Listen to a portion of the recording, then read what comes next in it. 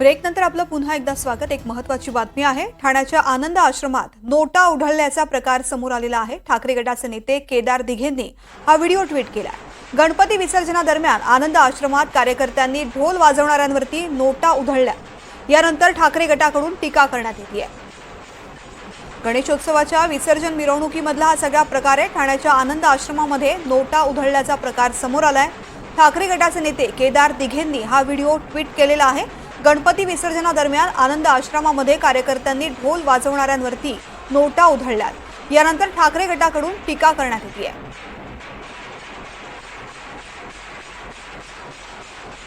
नोटा उधळल्याचा व्हिडिओ समोर आल्यानंतर ठाकरे गटाकडून टीका केली जाते। ठाण्याच्या आनंद आश्रमामधला हा प्रकार आहे। या ठिकाणी गणेश विसर्जन मिरवणुकीवरती नोटा उधळण्यात आलेल्या आहेत आणि याचा व्हिडिओ आनंद दिघे यांनी ट्विट केलेला आहे। माफ करा, केदार दिघे यांनी ट्विट केलेला आहे। नोटा उधळल्यानंतर ठाकरे गटाकडून टीका सुद्धा सुरू झालेली आहे। आनंद आश्रमामधला हा प्रकार आहे। केदार दिघे स्वतः फोन लाईनवरून आपल्या सोबत आहेत। केदारजी, ठाण्यामधल्या आनंद आश्रमातला हा सगळा प्रकार काय नेमकं घडत होतं या ठिकाणी, ज्या संदर्भातला व्हिडिओ आपण ट्विट केलाय? आज दिवसभरामध्ये हा व्हिडिओ अनेक ठिकाणी व्हायरल झाला आणि पूर्ण ठाण्यामधनं अनेकांचे फोन आले की आनंद आश्रमामध्ये अशी कुठची गोष्ट चालली।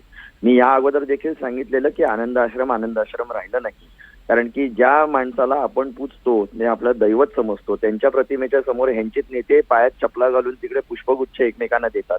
आणि आज जो हा प्रकार बघितला जातोय, ज्या पद्धतीने त्या नोटा उडवल्या जातात, ही आपली संस्कृती किंवा संस्कार नाही। आणि हे अशा पद्धतीचे संस्कार आम्हाला दिघे साहेबांनी कधी दिले नाही। हे लोकांना अत्यंत दुःख झालेलं आहे या गोष्टीचं आणि मी अक्षरशः इकडे खेद व्यक्त करतो। ही शोकांतिका आहे या ठाणे जिल्ह्याची, या ठाणेकरांची, की दिघे साहेबांच्या संस्कारात घडलेले जे आपण म्हणतो अशा पद्धतीने या दिघे साहेबांच्या ऑफिसमध्ये या पद्धतीने होणं हे अत्यंत दुर्दैव आहे। आणि ज्या वेळेला तिकडे त्यांच्या पक्षाची पाठी लागली त्यावेळेला मी म्हटलेलं की दिघे साहेबांची कुठेतरी प्रतिमा मलिन करण्याचं काम चाललेलं आहे का, कारण की उभ्या आयुष्यामध्ये दिघे साहेबांनी कधीही पक्षपात केला नाही, सर्वसामान्य जनतेला मदत केली, कुठेही धर्म कुठेही जातपेच केली नाही। तिकडे ह्यांनी आमचे पक्षाचे तिकडे त्यांचा पाठी लावून तिकडे अशा पद्धतीच्या गोष्टी होणं हे अत्यंत शोकांतिक आहे आणि दुःखदायी आहे। केदारजी, या व्हिडिओमध्ये जे लोक आहेत त्या लोकांना तुम्ही ओळखता का? कारण आनंद आश्रमामध्ये ते आलेले आहेत, विसर्जन मिरवणुकीमध्ये सहभागी झालेले आहेत। हे लोक नेमके कोण आहेत ज्यांनी पैसे उधळलेत?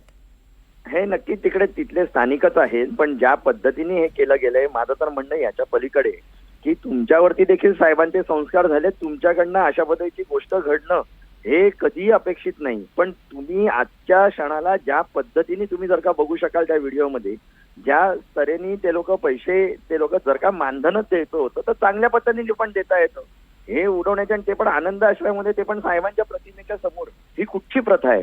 आणि मला हे क्लेशनाय वाटतं, हे अत्यंत दुःखदायी वाटतं आणि त्याबद्दल मी माझं दुःख म्हणजे सर्वसामान्य जनतेला आणि लोकांना हेच सांगितलं की या अशा अपेक्षा त्या ऑफिसमधनं आपल्याला नाही। निश्चित। केदार दिघेजी, खूप खूप धन्यवाद। एनडीटीव्ही मराठीशी आपण संवाद साधलाच या संदर्भामध्ये।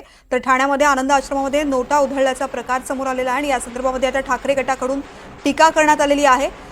केदार दिघे यांनी हा व्हिडिओ ट्विट केलेला आहे आणि असे प्रकार कसे खपून घेतले जातात असा प्रश्नही त्यांनी विचारला आहे।